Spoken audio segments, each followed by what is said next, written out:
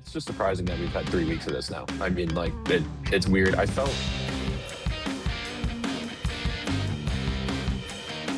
Welcome to Center Cup. I am Kyle Miserino, joined always by Will Neary and Nick Newmeyer. And today we are recapping all the tournaments from this past weekend. We had Jacob Bridgeman's victory at Riviera, Jeeno Thitikul's win and Thailand, and Casey Jarvis's win at the Magical Kenya Open. So let's start with the Genesis Invitational. Will, what were some of your biggest takeaways from this past weekend?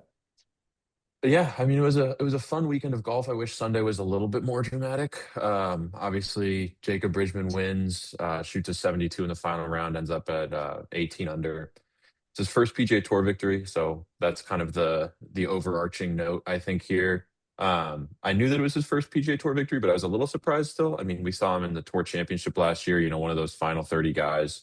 So obviously we've known he can play. That's not news. He's been around. But first time actually getting it across the line. Obviously played like pretty ridiculously great golf on especially Friday and Saturday, but Thursday, Friday, and Saturday to put himself in position. Was he six up going like right? He had six on Rory going into Sunday. Yeah. Really didn't have to do a lot and didn't do a lot because Rory didn't make him do it much of anything really. And none of the other guys, obviously Rory was six back. Nobody that was, particularly close within striking distance. They would have needed to drop a 62, 63, and nobody did. But it does make for an interesting point that I'm curious to hear your guys' thoughts on about why this might be or if this is something you see continuing because Jacob Bridgman now is top 20 in all five PGA Tour events he's played this year. That's a T4 at Sony, a T13 at the American Express, a T18 at the WM Phoenix Open, a T8 at the AT&T Pebble Beach Pro-Am, and a win now at the Genesis Invitational at Riviera. And it kind of plays into a larger theme that I feel like we've seen with some of these guys that are at the top pretty consistently that I don't think I would have expected to be at the top consistently to start this year. Like obviously you have guys like Scotty Scheffler, who's we'll talk about him because that's a whole other conversation. But he's been top 12 in all of his four starts. Hideki's been top 13 in four or five. But those are like and Tommy's and Rory have both started off the year really hot. But those are all guys that we know are really good, right? And even Jake Knapp is kind of one of those guys that's in was on the border, but he's top 11 in all five starts he's had this season. And for the most part, he's been like top seven or six. Um, so he's been playing really, really well. And he's somebody I knew I was good, but coming into this year, I would not have even in, my wildest dreams predicted that type of sustained success. Pearson Coody, top 20 at five of his six starts this year. He had another one this week. Chris Gotterup has three top 20s and two wins. Siwoo Kim was top 20 in four of his six events. So it's kind of, and Ryan Gerard, top 11 in three of five starts. So a lot of these guys that I wouldn't have necessarily expected to see sustained success, especially considering, you see it through some of those first three events, right? You got the Sony, the Amex, the Farmers, even through the WM, just because they're not signature events, somebody like Rory hasn't come back over through those events. Tommy hadn't played on the Tour through those events. You can kind of understand guys getting off the hot starts, but I personally wasn't really expecting it to sustain through the first couple signature events of the year. And it hasn't consistently necessarily. Jake Knapp is the one where you're like, okay, he's every single event he's played, he's been fantastic. Pearson Coody, I think, didn't play particularly well at the AT&T Pebble Beach Pro-Am last week, if I remember correctly. But generally, they've sustained good play into tougher environments, harder courses, better fields.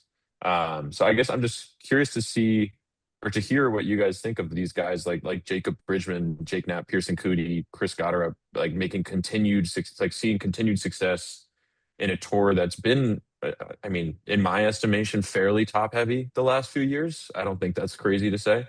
Um, Mhm.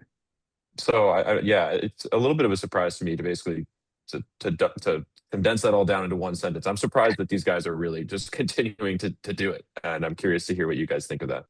Yeah, no, for sure. I think the saying in baseball where it's like once you get about 300 plate appearances, then you could really start to evaluate whether a batter is like actually good or whether it's a slow start or whether that's just who they are as a player. I think we've kind of reached that point in the season where we're 5 tournaments in, and we've made it past a signature now where we have the big field.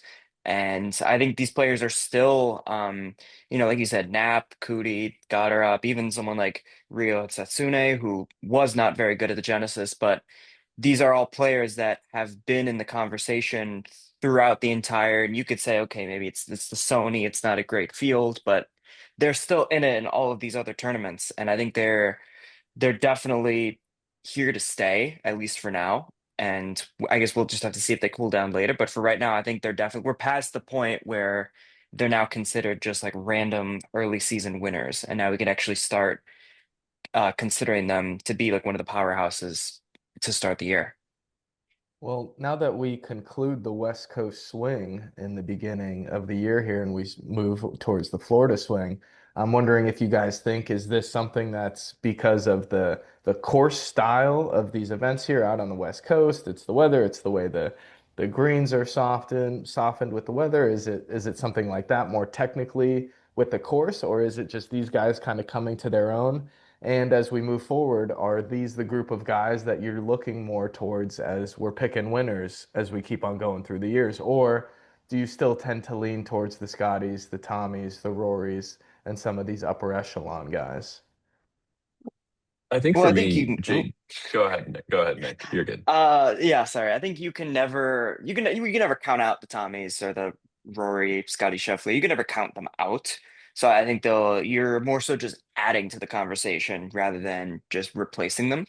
And so I think like, we were talking, I think this was last week when we were just shooting down memory lane, talking about like how Stuart Sink started the year off really Hmm. strong a few years back. And I was one of the only people in the golf world that was just waiting for the fall off. And like every week, everybody was like, Stuart Sink is here to stay. But eventually, it caught up to him. And so I think there's no guarantees in this sport. This is one of the cruelest sports in the world. And I think that there's most certainly no guarantees that these people are here to stay. But I think right now, you mentioned the weather, and yeah, it could play a role, but everybody has had to play in this weather, and they're the ones that came out on top. And this is not, like we said, this is not just like one tournament where, Chris Goddard has won 2 of his 5 starts now to start the year.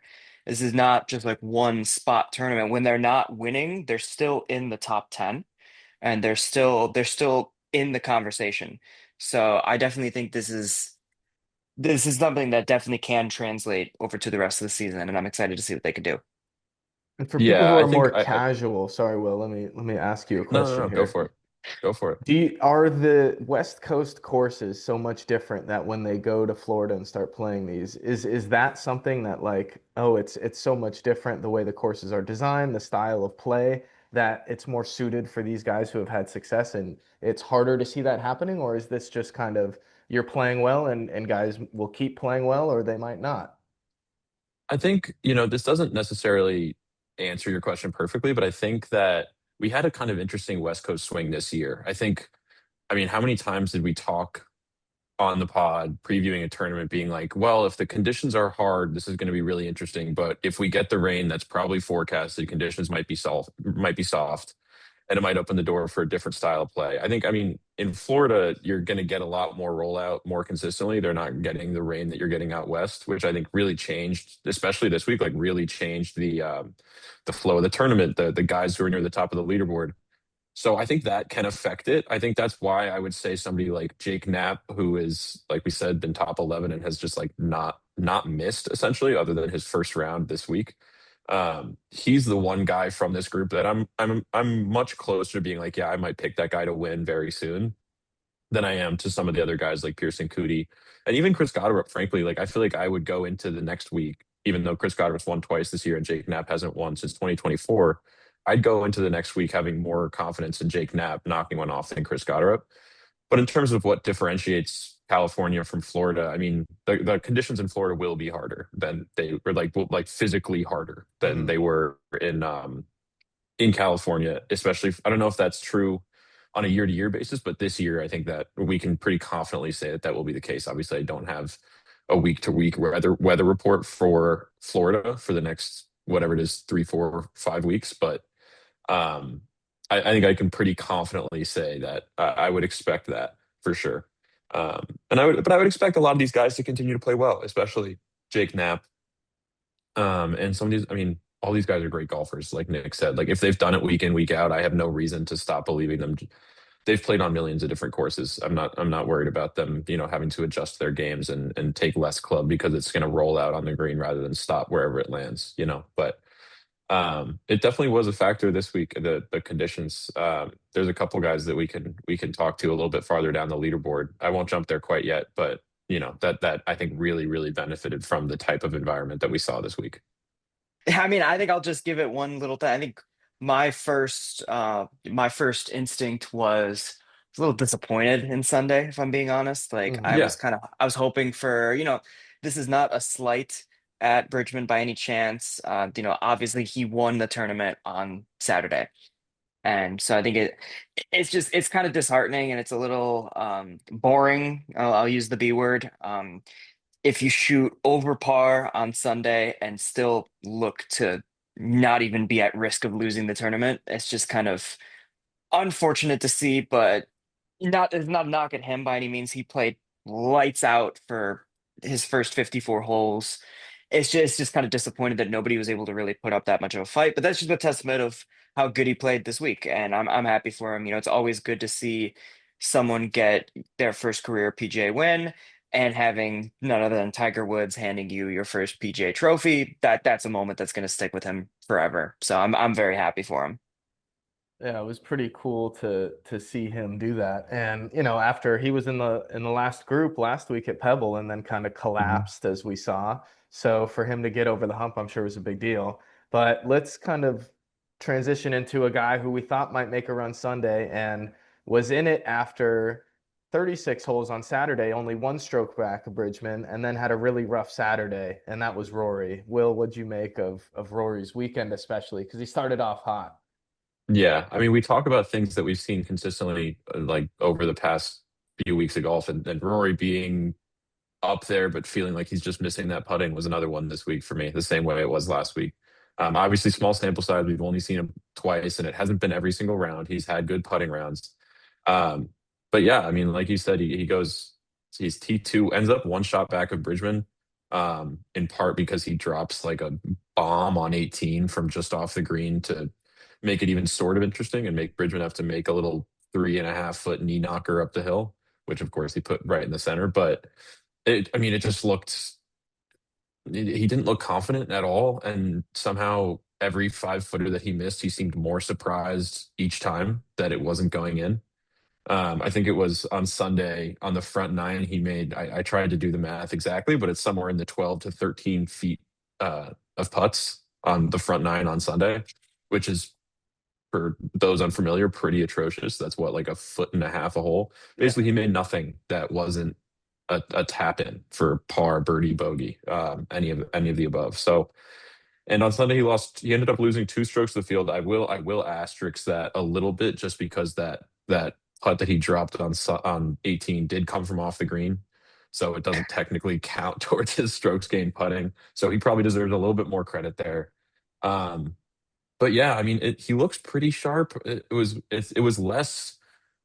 I was less concerned with the other parts of his game this week than I was last week for sure. I think last week we saw a lot of variability off the tee. We just saw like that he was putting himself in. Obviously, we talked about the big numbers he was giving himself for kind of no reason. We didn't really see as much of that this week. It was more just like he couldn't convert when he put himself in when he put himself in good position. At least not consistently. It was good. I think he went 4 under on the back nine to put a little pressure on Bridgman, but we needed him, like you said, Nick. This was a little bit of a boring Sunday, and for it not to be that, we needed Rory to go 4 under on the front while Bridgman went even and cut that gap to two, and to have any sort of confidence that this could go another way. Frankly, it was Kurt Kitayama that was really applying the pressure on Sunday. Like he was in the clubhouse when Rory and Bridgman walked up the 18th, so he couldn't, you know, and I believe he parred 18 too, so he couldn't quite get that final birdie to fall. But he was really the one that I felt like was making much more of a move, much more of a significant move than Rory was. Obviously, coming from farther back to do so, shooting a 64. But he was the one that I felt honestly had a better chance down the stretch to convert and make birdies in the same way that we saw Hideki do it in 24, where it just felt like he was going to stick an iron to 2 feet every single time. Yeah, no, it certainly made it interesting. I think when we saw the leaderboard heading into Sunday, I think we all thought Rory was going to be the one to do it. Like we looked at it was basically, okay, Bridgman's got this in the bag. Who's going to make this somewhat entertaining? And based off of pedigree, previous history, we all thought it was going to be Rory. But yeah, Kurt Kitayama was um really a force to play with in the final round. I think just looking at his scorecard, obviously you mentioned the four under back nine. He had the bogey on seven, which probably could have been avoided. But yeah, I think it's just ultimately ran out of gas. We thought, he could have maybe stuck it on 18, but just not enough at the end of the day. Credit to Bridgman there for giving himself that much of a Yeah, I mean, buffer. 18 But is a really hard hole too. Like you can never yeah, expect a birdie on 18. absolutely not. Yeah. But I think it's good to see him um sort of really put himself at the center of attention this year. Just another person that I want to highlight, we got Adam Scott. It's his sixth top five finish at Riviera. Just, never really got that never really got a rhythm. This is like just looking at his 4 day total. It's really weird. So Hmm. you go 70, 63, 72, 63. So two really, really good rounds and two not so great rounds. Just, someone that obviously still made himself in contention, obviously. But that's going to be a case of what could have been there. Aldrich Potgieter, um, another player that really benefited from the soft greens. I mean, yeah, just there was so much rain. Just looking at like some of these approach shots, like they were just sticking right there. Like Yeah. there was no rollout. There was no, unless the players like put so much spin on the ball, like those it wasn't coming back by any means. That was impressive to see. But yeah, someone Yeah. like Potgieter, it's not going to be sustainable. Like, I don't know if that was just a course fit, but to start That's the what I was gonna year, say. I think yeah, I want Potgieter, to. yeah, he's been really bad. Like he's been started the year really, really bad. Obviously was rookie of the year in 2025, I think, right? Um, and maybe you had some expectations, but he's always a high variance player. Like he's drives the ball. If there's, I'm sure you guys have seen the data golf for like the player profile things, right? Where it's like a pentagon and it's like driving distance, driving accuracy, approach around the green, putting, and like shows where the player is good and where they're bad. He is incredible at driving distance, and just like Ooh, the rest is like a little bubble, just like around the I center, just pulled this meaning up right he's now. It's really not bad. good. It's really ugly. But so he's just a super high variance player.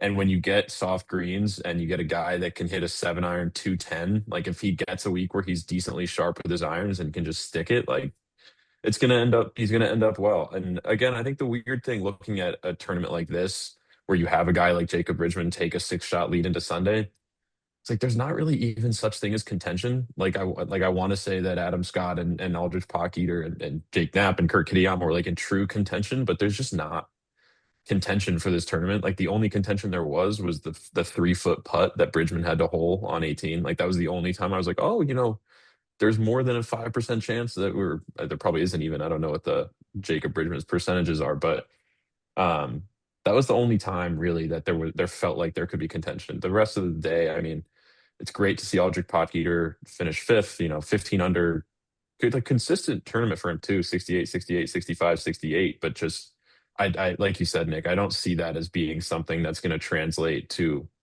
the rest of this season, just because the conditions were so unique. They were playing ball in hand for a lot of the week. There wasn't nearly the amount of variance that I think we're gonna see out of Potgieter on an average PGA Tour week.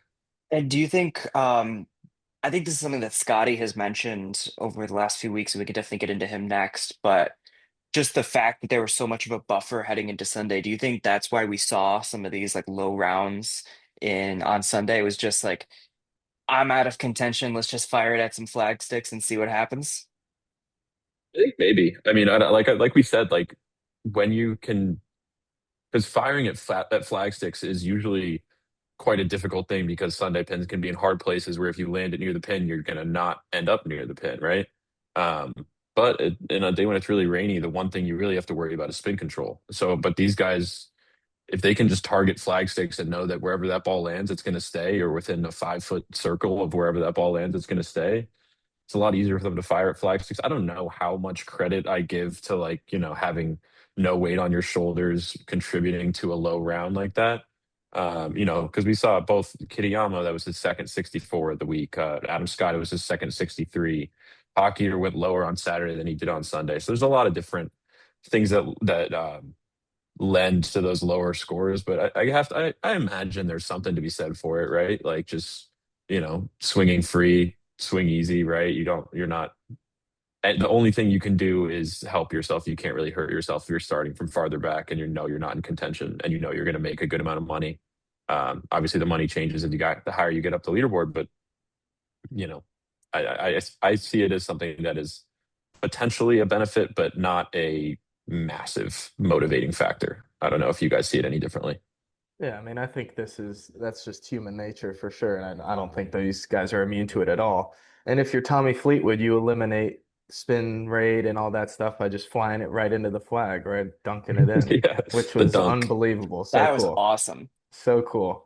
But I'd say we got to get into the other main storyline of the tournament, and it's Scotty Scheffler again with three over first round, which was Yeah. just unbelievable. And even watching him throughout the weekend, he just looks frustrated. He looks uncomfortable. He's doing the thing where, a receiver drops a ball and he looks at his gloves like, what the heck? Like he misses a putt and is like, why didn't it do what it was supposed to do kind of thing. What do you make of Scotty so far, Will?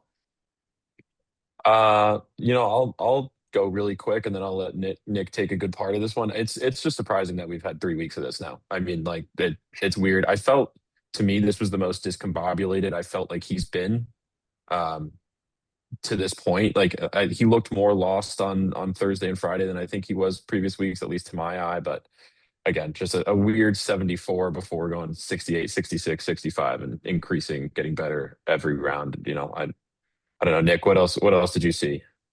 It was, I mean, to be fair, this was how I discovered that this event had a cut. Like that was kind of, I think we all just kind of like found that out midway through Friday's round, and it's just like, Yeah. oh, this is the thing. Like that was just a little weird to me that these signature events were created to have like no cut events, and now we just randomly have a cut. But that's beside the point. I think the it was just weird to see it. Yeah, I think Kyle mentioned it. Like just he doesn't seem to be comfortable within his own game anymore, and just seeing him be a bit more animated after his shots now is just really weird to see. It's not the person we've seen for the better part of 4 years now, and it was just odd. The one thing he mentioned was in his like post rounds was that perhaps he was a little thrown off by like starting the week with an early tea time, and that could possibly like throw his rhythm off. I'm not quite sure if I buy that, just because by playing bad in the earlier rounds, you're guaranteeing yourself an early tea time on Saturday, Sunday, where he has been playing very well. So I'm not quite sure that I buy that, but he seems like he's a player that's searching right now. And you know, maybe just maybe the pressure is finally starting to sort of crack through after 4+ years of being at the top. Well, Yeah. that's what And I'll that's I'll what was. say I'll say two things quick. Sorry, Nick. Or sorry, Kyle. I think one, you're right that it does seem like he's searching. The scary part is that he's searching and a T12 is the worst result we've seen all year. Um, but the other thing is, and to harken back to the same press conference he did with Amanda Balionis that you were talking about, Nick, he said something along the lines of like, "Look, guys, it's a really small sample size. Like, I'm not going to be able to extrapolate anything from this, and I don't think people should extrapolate anything from this." And that's true. It is a small sample size. It's also 3 weeks in a row. Right. It's like not nothing. I'm not willing to shrug it off and just be like, no, it's only happened 3 times because it's happened 3 times in a row and we've never seen it really before on any Mhm. consistent basis. So I'm a little more willing to be like, look, do I think he's gonna not win? Do I think he's probably gonna win 1 to 2 majors this year? Yeah. Like I'm not out on Scotty Scheffler. Don't get me wrong. I think he for all I That's know, the he might win a headline. major while shooting 3 over in the first round. Like who knows? Um but am I also willing to be like, yeah, I kind of think this is a thing. Like I kind of think this is something to monitor and that I'm probably gonna, take my foot off the gas of the Scotty train a little bit for a week or two until I see him piece this back together. Like I'm willing to say that. Yeah, definitely. I think it's just kind of funny that, everybody's freaking out that, oh my gosh, his streak of top tens is gone and he finished 12th. Yeah. Like Well, I it's that's still pretty damn good. Yeah, I mean, it's hard to like totally go in on him. I just think it's, the things he talked about these last few years in his dominant run was always the edge he felt mentally. Like that was the thing that was always his calling card was I feel like I can be mentally prepared and level-headed, and that's how I win tournaments. I don't do anything extraordinarily physical. It's my mind that allows me to be this great. And that's the thing that really looks like it's bothering him over these last few weeks that he just looks like a different guy, honestly. Yeah. So I'm curious what you guys think of this because this is something that just popped into my head. Obviously, there was the press conference he had way earlier in the year, went everywhere, where he basically was asking himself, why do I care? He was asking himself, like, why do I want to win these tournaments? Like that, it's an aspect of his mind that he doesn't even really quite understand, right? He just like he's so intrinsically motivated to win, which is part of what makes him so great. But it was interesting to hear him question that, or like not question it, but just be like, why? Like, what is it about me that really wants to win this stuff?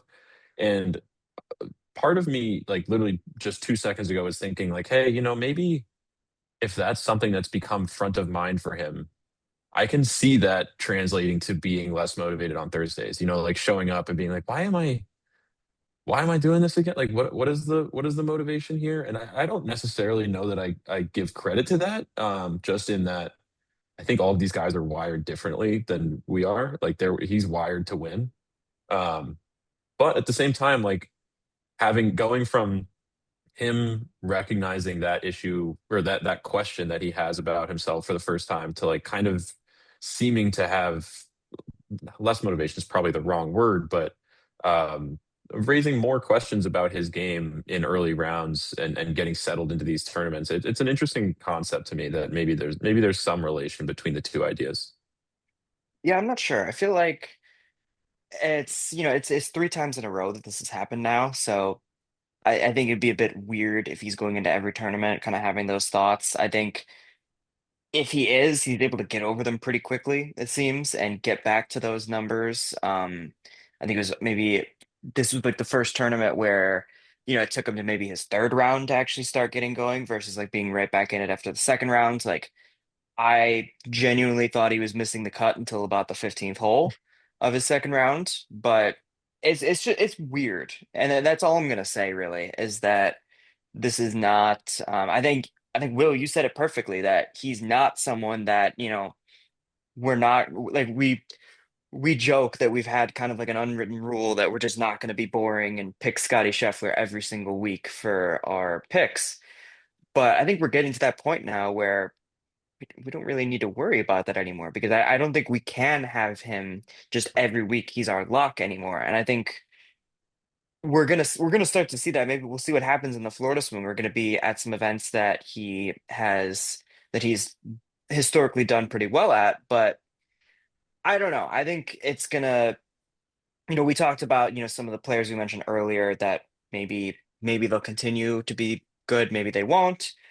I feel like that's what the Florida swing is going to do for Scotty is I think we're really going to get to see what version of Scotty Scheffler we're getting in 2026. Well, whether he thinks there's some direct correlation between his first rounds, it's officially a narrative and a storyline now that everyone around him is going to be talking about. So, we're going to have to see if he shakes it off.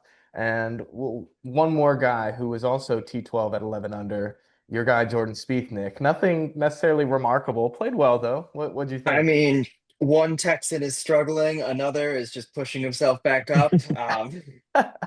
one former world number one, another current world number one. You know what? I'm just gonna get into it. I thought this was a good weekend for Jordan Spieth. I think I'm really encouraged by what I saw in the final round. A bogey-free 66. It's not often we get to say the words bogey-free and Jordan Spieth in the same sentence. So you kind of just got to take that one when you can. This is another week where the putter really sort of carried. Um, he gained over 3 strokes alone in the final round. Um, or second in the field for the entire weekend. Over 6 strokes gains total. Off the tee was abysmal. Like just not very great at finding fairways across the entire week. Just you're not going to put yourself in contention to hit those shots. Though there's two things that I was really impressed with. One was the approach play. We've talked about how he struggled with that over the year or over the last year, and it was probably going to be a bit more generous. Obviously, Riviera is not a very approach centered course, but he was fine. That's really all we were really looking for with the approach play. The putter was still dialed, as I mentioned. The one thing that I was really impressed with was we've seen over the years where if he leaves himself with like maybe 3, 4 feet, like he's really sweating over those putts. And he didn't really have an embarrassing putt this week. And there's always like one sprinkled in the round, or like maybe there's like a 3-footer that lips out that really just kind of defines the round for him. He didn't really have that this week. And I think that was really impressive to see. I think even he mentioned after the round that just seeing those putts go in is really good for his mental game right now, and just knowing that he can hit those shots again. And so I think I've said this week after week, and I think my favorite part of editing these things is like going back in the recordings and watching your guys' faces while I'm in the middle of these rants. But you guys patronize me, and I appreciate it. But just seeing him being able to put forward these results, I think it's impressive. And spin control was a bit of an issue. He had a lot of shots where he put a little too much spin on it, and instead of ending up with a 10-footer, he ended up putting himself with a 40-footer. And so I think that's the one thing I would like him to address heading into the Florida swing. But other than that, encouraging out of our man Jordan. And the good news is it shouldn't be as much of a issue in Florida, the spin control. I mean, this was the week Hmm. where it was like you saw guys zipping it from 10 feet past a back pin to off the front of the green. And I'll do you one better than patronizing you. I'm going to give Jordan Spieth a little compliment. I'm going to say, Oh, I mean, it's got to be like, because obviously he was the greatest short game player ever for when he was great, right? Like, and we will probably never see somebody that was draining 10 footers at the rate that Jordan Spieth was draining 10 footers. So I got to imagine when you lose that a little bit, right, over the past couple years, and you're standing over these 3 foot putts, and you're like, no, this is what I'm supposed to be great at. Like, how am I like? This is my whole thing. I don't miss these. And Mhm. then I can imagine that gets in your head. So the fact that he's, I mean, I won't say he's his old self because nobody will ever be his old self to that extent, at least. But to see him making those putts on a consistent basis makes me think that he's kind of gotten rid of some of those demons, at least a little bit. And I mhm. think that will lend itself up to some really good golf. And like you said, we don't say bogey free a lot for Jordan Spieth, but we said it twice now in 2 weeks, is it? Or 3 weeks? 2 weeks, right? Was it last week Yeah, that no, was his he first went Yep. bogey free? bogey free at So Pebble, and obviously bogey free in his final round. So so twice in 2 weeks, and maybe we're getting a trend here. Maybe we'll be saying it a lot. You never know. I'm really impressed by the way he's played this year so far.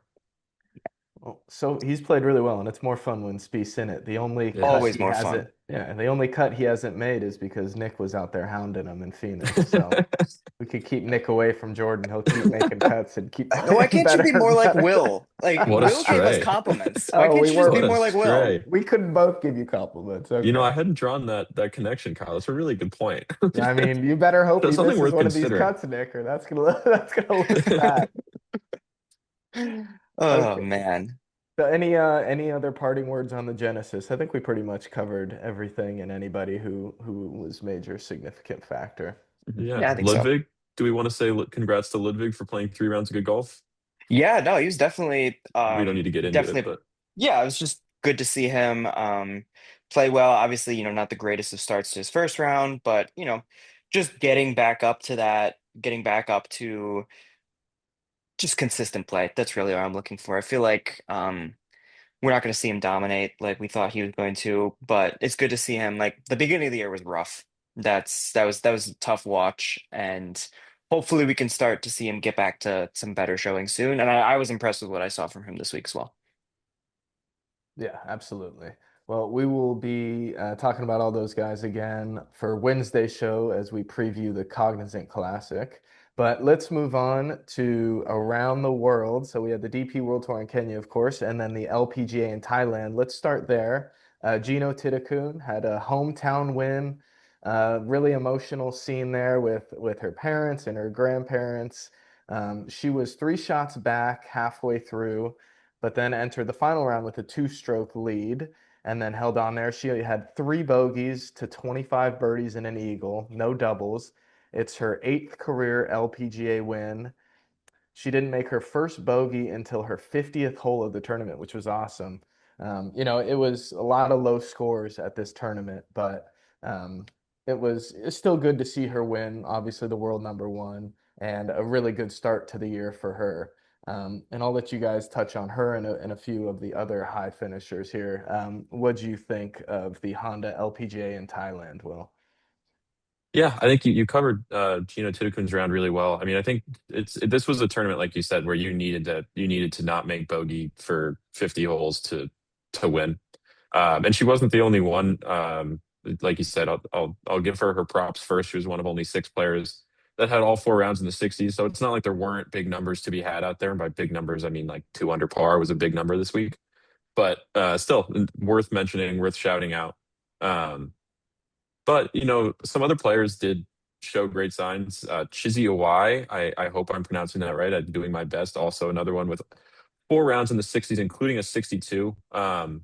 She had 57 straight bogey-free holes. That was to finish her tournament. Um, but she had Wow. an opportunity to win. She could have taken it from Gino. Parred her last 8 holes, including the 72nd, which is a par five, to finish one shot back at 23 under. But yeah, this was a you can't like have a bad round. There was no way. There was no. I think there was one person in the top 7 recorded a 70 or higher, and that was Somi Lee because she who finished fourth. She went 66, 61, 72, 68. Just a tough weekend, but um, yeah, it was a birdie fest. You needed to be 24 under, 25 under to win this thing. You needed to have rounds consistently around 6 or 7 under every single time. And if you didn't do that, you weren't going to win. And Gino was able to do that pretty consistently. Obviously highlighted by that Friday round of 63. Like you said, win at home. She's obviously from Thailand. We are at the Honda LPGA Thailand. Always great to see. I think she had a quote that we have here. I know it's not that big of an event like compared to the majors, but for me, winning in my home country just means a lot to me. Sometimes more than a major feeling. So to her, and to a lot of, I'm sure a lot of high women that play on the LPGA tour. um this is a big one, and it's obviously the start to the Asian swing. It's a bummer that it's on overnight in our time. Obviously Yeah. don't get a chance to watch much of it other than like 10 p.m. till 11:30 when I'm calling it a night. You can kind of put on a couple rounds, but or a couple groups will get started during that time. But yeah, I mean, she cemented herself as the best woman in the world, I think. Um, Obviously, it's that you don't want to extrapolate from one tournament, but nonetheless. But yeah, it was a good leaderboard. I think Lydia Ko was up there. Somi Lee, I mentioned. Haiju Kim finished third, 22 under. I don't know, Nick, if you have anything you want to add, but that was kind of my main takeaways. Again, I wish I had gotten the chance to watch more of the golf and gather more of the storylines rather than highlights and leaderboards after the fact. But it was a great tournament, good leaderboard, good finish. A lot of people, bunched up near the top. For sure. And I think the one thing I want to mention is that this is the one thing the PGA Tour lacks. And this is honestly the one area where, and I don't mean to start up this conversation, but this is the one area where Liv has the PGA Tour beat, is the fact that you have these storylines on the LPGA Tour. You have these storylines on the DP World Tour of, like you said, this is not a major. This is not a big tournament by any means, but this means more to Gino than anything else, just because it's in her home country. This is a home win for her. And outside of I forget, do we still call it the Zozo, the one in Japan? That's a good question. Yeah, I think it's still called the Zozo, as far as I'm aware. It was in You have 20 when Colin won it in 2024. It was still the Zozo or right. 2025. So we have that. We have um other than that, and I forget whether they still play in Mexico or not, there's not a lot of international tournaments outside from the majors. Yeah. And I feel like that's the one thing that the PGA lacks is that global presence. And so it just means more winning in your home country. And I guess in the case of the PGA Tour, like they're winning in America, and that's everybody's home country, really. It doesn't really have that sort of novelty that it would have on this tour. And I think that's what makes a week like this really, really special. Yeah, it's an interesting point because you think about the diversity on the PGA Tour and the LPGA Tour. The LPGA Tour has a lot of Asian players, and it's kind of a chicken or the egg, right? It's like, do they have a lot more Asian players because of the LPGA's presence in Asia, or do they have a higher presence in Asia, especially with tournaments like this, because of the representation that they have from Thai players, et cetera? But it is a really good point because the PGA Tour just doesn't, like you said, they play in Mexico, they play in obviously Puerto Rico is not another country. Let's highlight that. Shout out Bad Bunny, but they play North American golf minus the Scottish Open and the Open Championship, right? And I mean they go to Canada for the RBC, but Yeah, it's another one. it's very generally a North American golf league. Um, and you wonder if, again, like I said, it's chicken or the egg, but you wonder if a broader global presence would attract more talent from elsewhere. Obviously, the DP World Tour is still a very strong field, but just it's a question that I hadn't really considered much, to be honest, until you raised that point about how important events like these are for players from their home countries. Because frankly, there's not that many PGA Tour players that would have events at home if the PGA Tour went global right now. Like if they played in Thailand, there's not many Thai men's golfers. Hmm.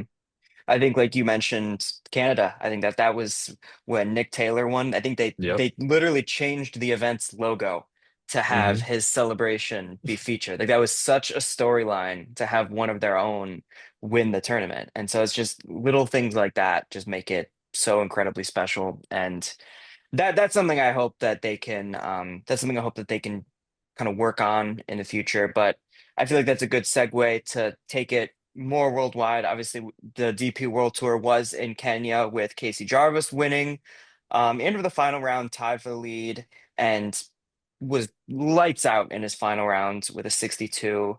Um, great, great showing from Mr. Jarvis. What did you make of that, Will?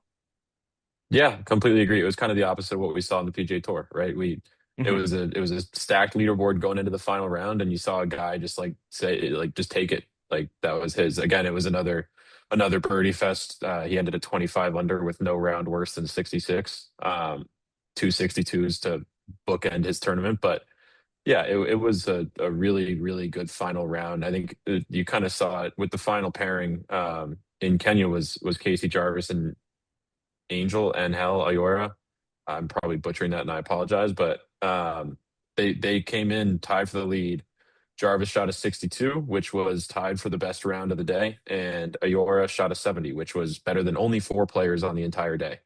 So you kind of saw them diverge really heavily. I think Iora ended up outside somewhere around the top 10 still, but well outside of contention.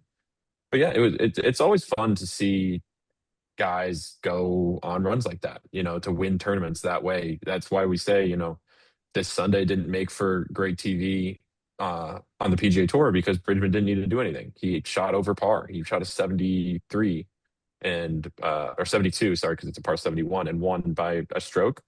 Um, Whereas Jarvis won by three strokes, but shot that 62, and that's a much more exciting finish in my book, to watch that guy go out and take it.